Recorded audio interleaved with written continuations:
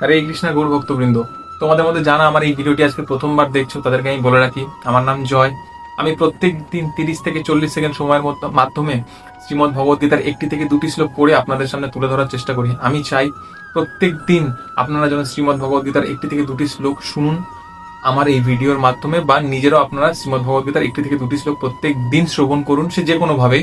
এবং আপনাদের প্রত্যেক দিন যেন সুখের এবং মধুময় হয়ে ওঠে এই একটা সুন্দর অভ্যাস তৈরি করার মাধ্যমে।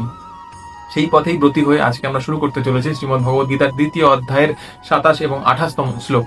তবে শ্লোকটি শুরু করার আগের দিন অব্দি আমরা দেখে নিয়েছিলাম যুদ্ধরথে ভগবান শ্রীকৃষ্ণ অর্জুনকে নানাভাবে অনুপ্রেরণা যোগাচ্ছিলেন, তিনি যেন এই যুদ্ধে ব্রতী হন, তিনি যেন আর বিষাদগ্রস্ত বা হতাশগ্রস্ত না হয়ে পড়েন। তারই কিছু অংশ আজকের শ্লোকের মাধ্যমে আমরা দেখে নেব। চলুন শুরু করা যাক আজকের শ্লোক দুটি। সাংখ্যযোগ দ্বিতীয় অধ্যায়। শ্রী ভগবানুবাচ, ভগবান শ্রীকৃষ্ণ বলছেন, জাতস্য হি ধ্রুবঃ মৃত্যঃ ধ্রুবম জন্ম মৃতস্য চ তস্মাৎ অপরিহার্য অর্থে ন ত্বম শোচিতুম অর্হসি। যার বঙ্গানুবাদ করলে দাঁড়ায়, যার জন্ম হয়েছে তার মৃত্যু অবশ্যম্ভাবী, এবং যার মৃত্যু হয়েছে তার জন্ম অবশ্যম্ভাবী। অতএব অপরিহার্য কর্তব্য সম্পাদন করার সময় তোমার একদম শোক করা উচিত নয় পার্থ।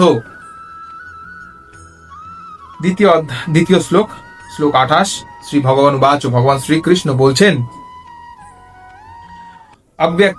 অব্যক্তাদীনি ভূতানি ব্যক্ত্য মধ্যানি ভারত অব্যক্ত নিধনানি এব তত্র কাহ পরিদেব না।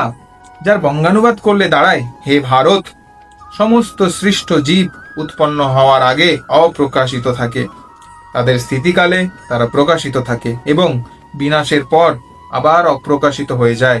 সুতরাং তার জন্য শোক করার কি প্রয়োজন। আজকের মতো এইটুকুই। আজকের শ্লোক যদি ভালো লেগে থাকলে অবশ্যই কমেন্টে হরে কৃষ্ণা লিখবেন, এবং আমার এই ভিডিওটি অবশ্যই লাইক এবং শেয়ার করবেন নিজের লোকেদের সাথে। নিজেও একটি সুন্দর অভ্যাস তৈরি করুন এবং নিজের কাছের মানুষদেরকেও একটি সুন্দর অভ্যাস তৈরি করার সুযোগ করে দিন। আমি ফিরে আসবো এক নতুন দিনে নতুন শ্লোক নিয়ে আপনাদের সাথে। আজকের মতো বিদায়। হরে কৃষ্ণা।